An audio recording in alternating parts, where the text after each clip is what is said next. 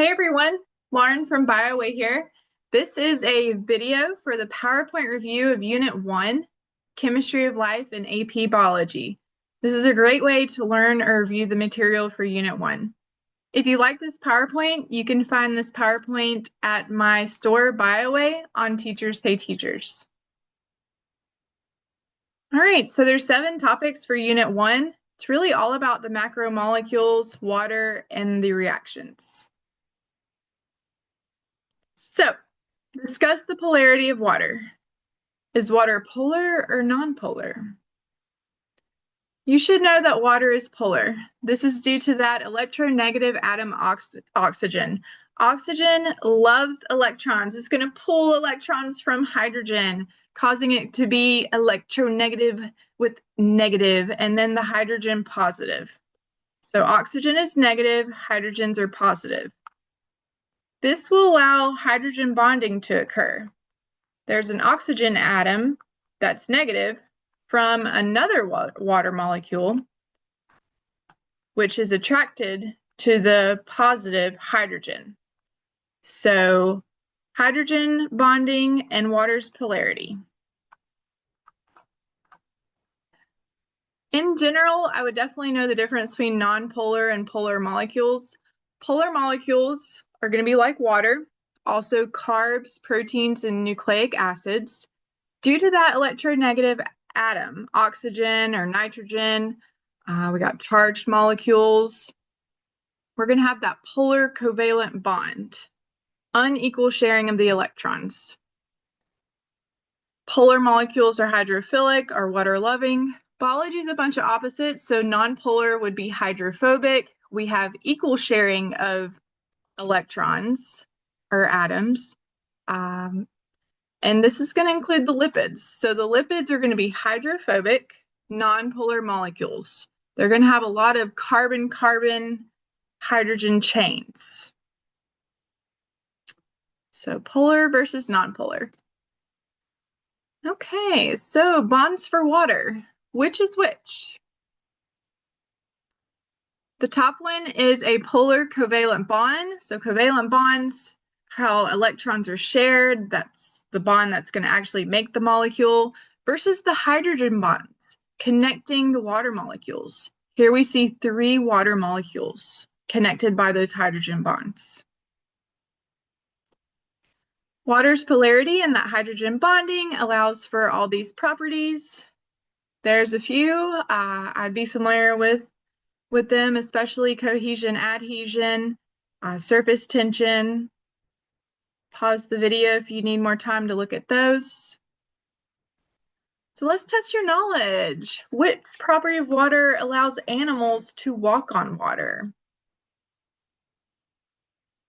Surface tension, surface tension. So surface tension, the hydrogen bonds cause that kind of like a surface for animals to walk on water. What property of water allows bodies of water to stay relatively cool in the hot summer months? You should say high specific heat. It takes a pretty good amount of energy to raise the temperature of water, so high specific heat. Oh, our first question. Why does ice float?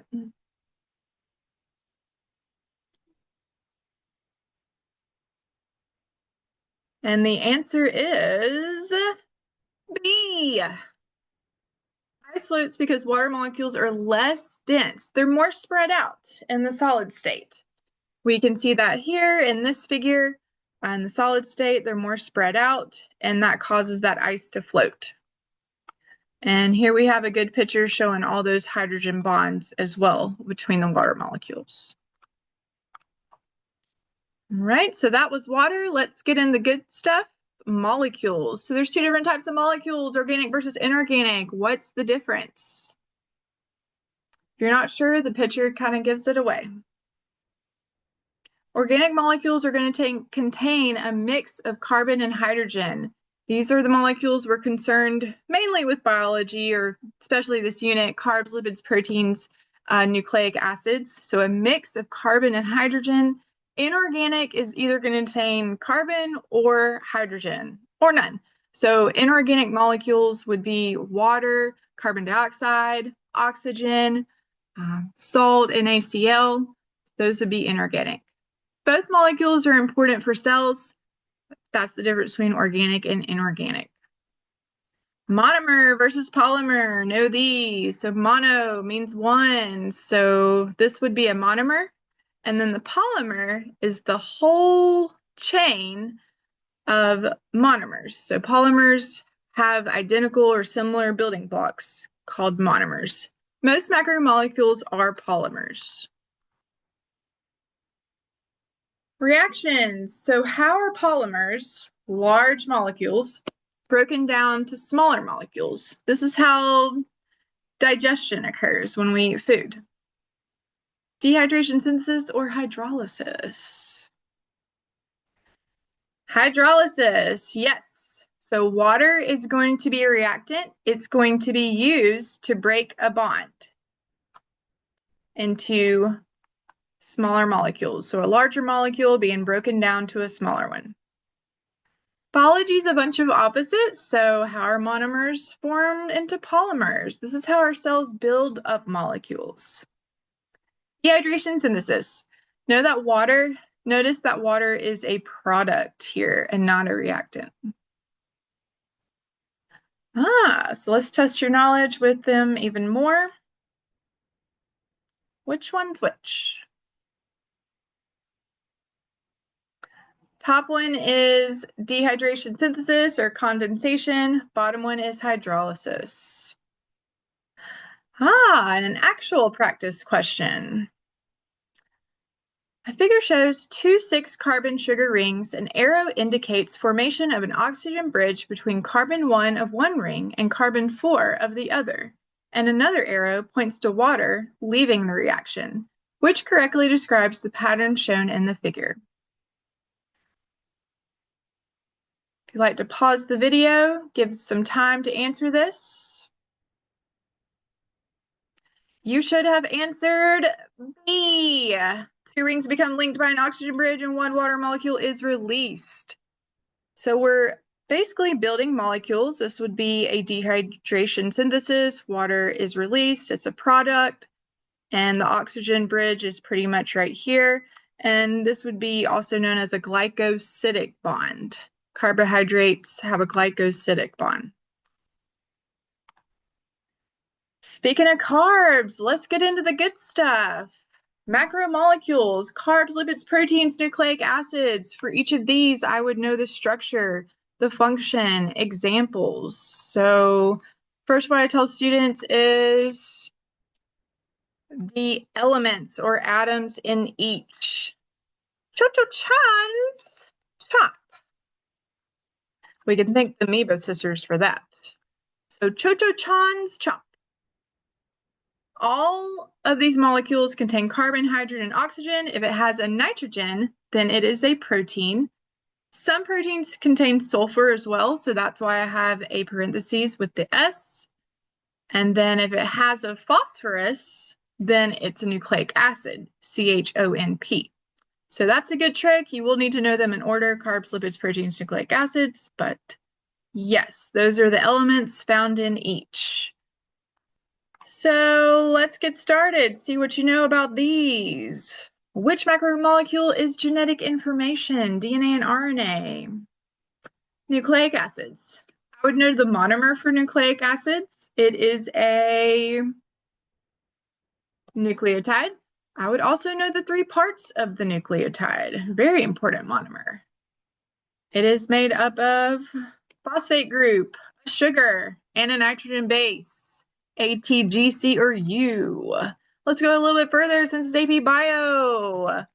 This is a pentose sugar. What does that mean? It's a 5-carbon sugar. I will star the carbons. 1, 2, 3, 4, 5. So 5 carbons. It's a pentose sugar. In DNA, the sugar is deoxyribose. In RNA, it's ribose. So phosphate group, sugar, base. All right, so there's the nucleotide. Here we have a polymer of nucleotides in the wonderful molecule of DNA. Here we have 6 nucleotides right here, and they are connected by hydrogen bonds. Hydrogen bonds do show up in addition to water.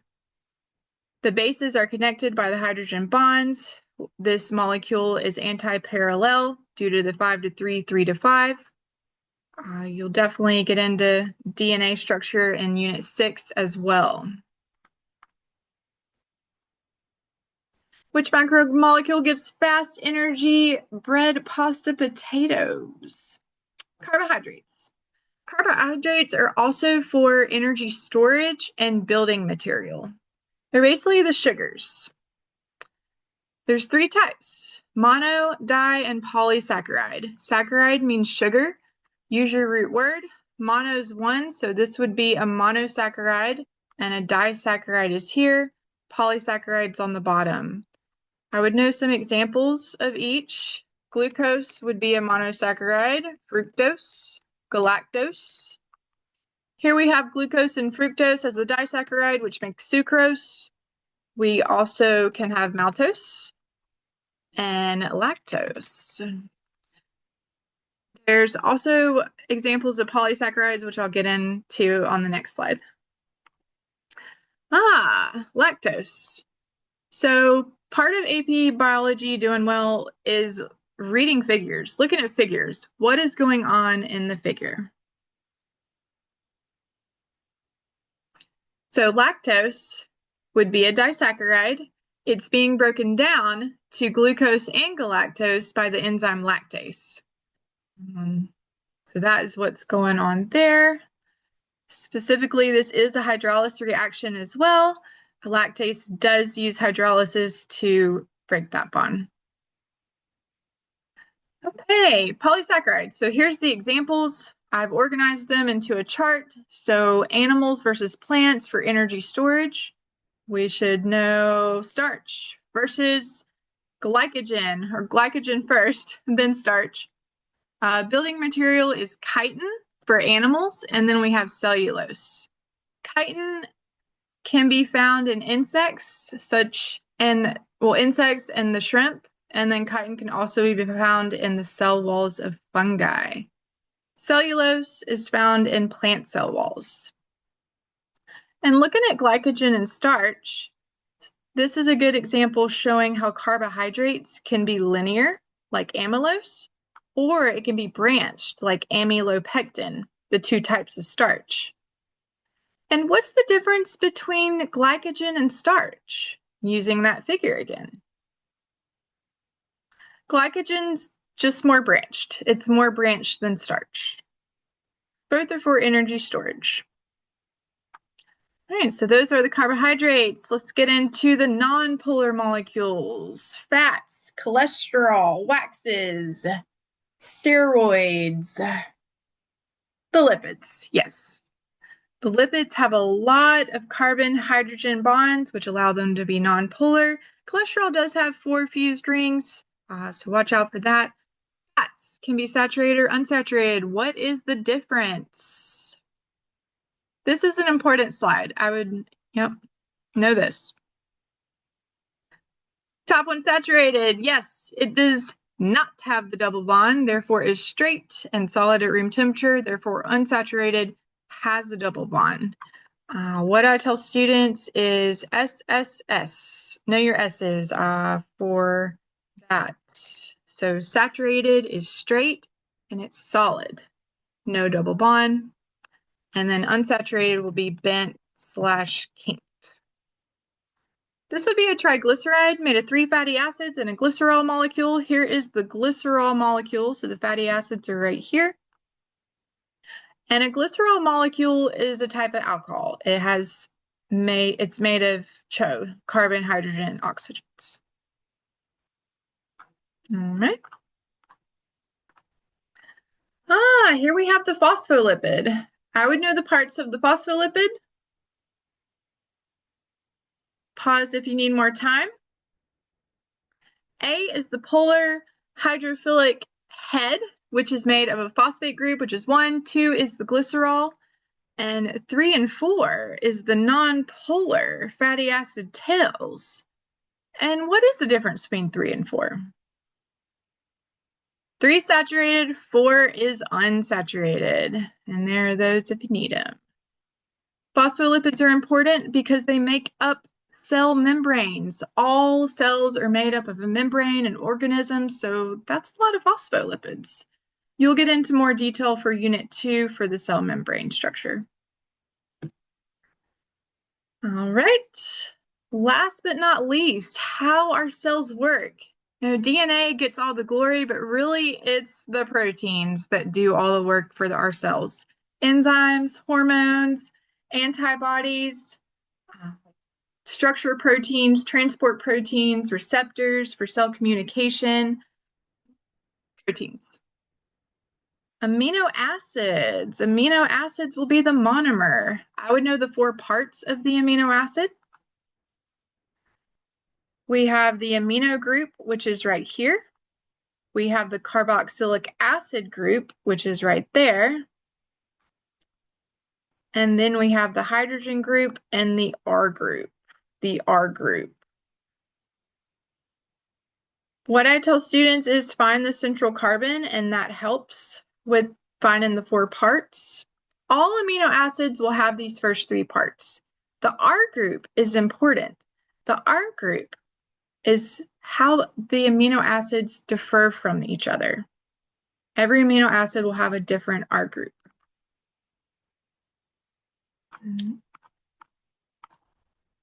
Here we have 2 examples of amino acids, valine and serine. For each amino acid, would we be able to identify those 4 parts and the polarity? Pause the video if you need more time. All right, here we go. Here's the amino group, hydrogen group, the carboxylic acid group, and then this would be the R group. Here's the R group for serine, and then the other 3 groups are right here. So, R groups. Which one is which? What kind of polarity are they? So, going back to what we discussed with water, water was polar versus nonpolar. Well, valine has a lot of carbon and hydrogens, and that's a characteristic of the lipids. So this R group will be nonpolar or hydrophobic. This R group will be polar. It has an oxygen atom, like water. The oxygen will be negative, hydrogen will be positive. So, and that's important for protein folding, the R groups. Here we have the 20 amino acids. You do not have to memorize each of these. There's enough information in AP Biology. You don't have to know every single amino acid. I would recognize that it's an amino acid. I would know perhaps if it's polar or nonpolar, the R groups, or ionic. But 20 amino acids that make up all life. Pretty amazing. Protein structure. Proteins have sophisticated structures. It goes from simple to complex, primary, secondary, tertiary, and quaternary. Primary deals with peptide bonds. The amino acids are linked by peptide bonds. This is a very simple structure. We have a polypeptide. I would know that word, polypeptide, peptide, protein. Secondary structure, we're getting into hydrogen bonds. This allows for small folding, alpha helix and beta pleated sheet. Then tertiary structure is more bonds, ionic bonds, disulfide bridges, if you have a sulfur. Interactions, we have the hydrophobic and hydrophilic interactions with the R group.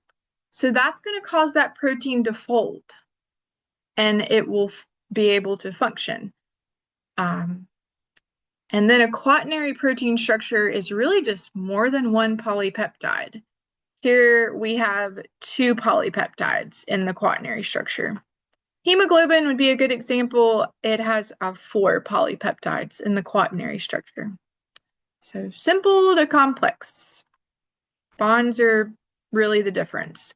And what I tell students in the primary structure, if an amino acid is deleted, if there was a mutation or a wrong amino acid coded, then there's going to be an effect. All the other structures will be affected. It won't be just the primary structure.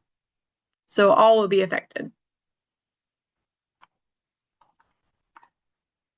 Okay, lastly on protein folding, amino acids that are blank will fold inward away from water. Nonpolar, hydrophobic, yes, they're going to be on the inside, and then amino acids that are polar are going to be on the outside. So that's how proteins fold. Ooh, an AP Bio practice question. I'll give you a few seconds to answer this. Pause the video if you would like to.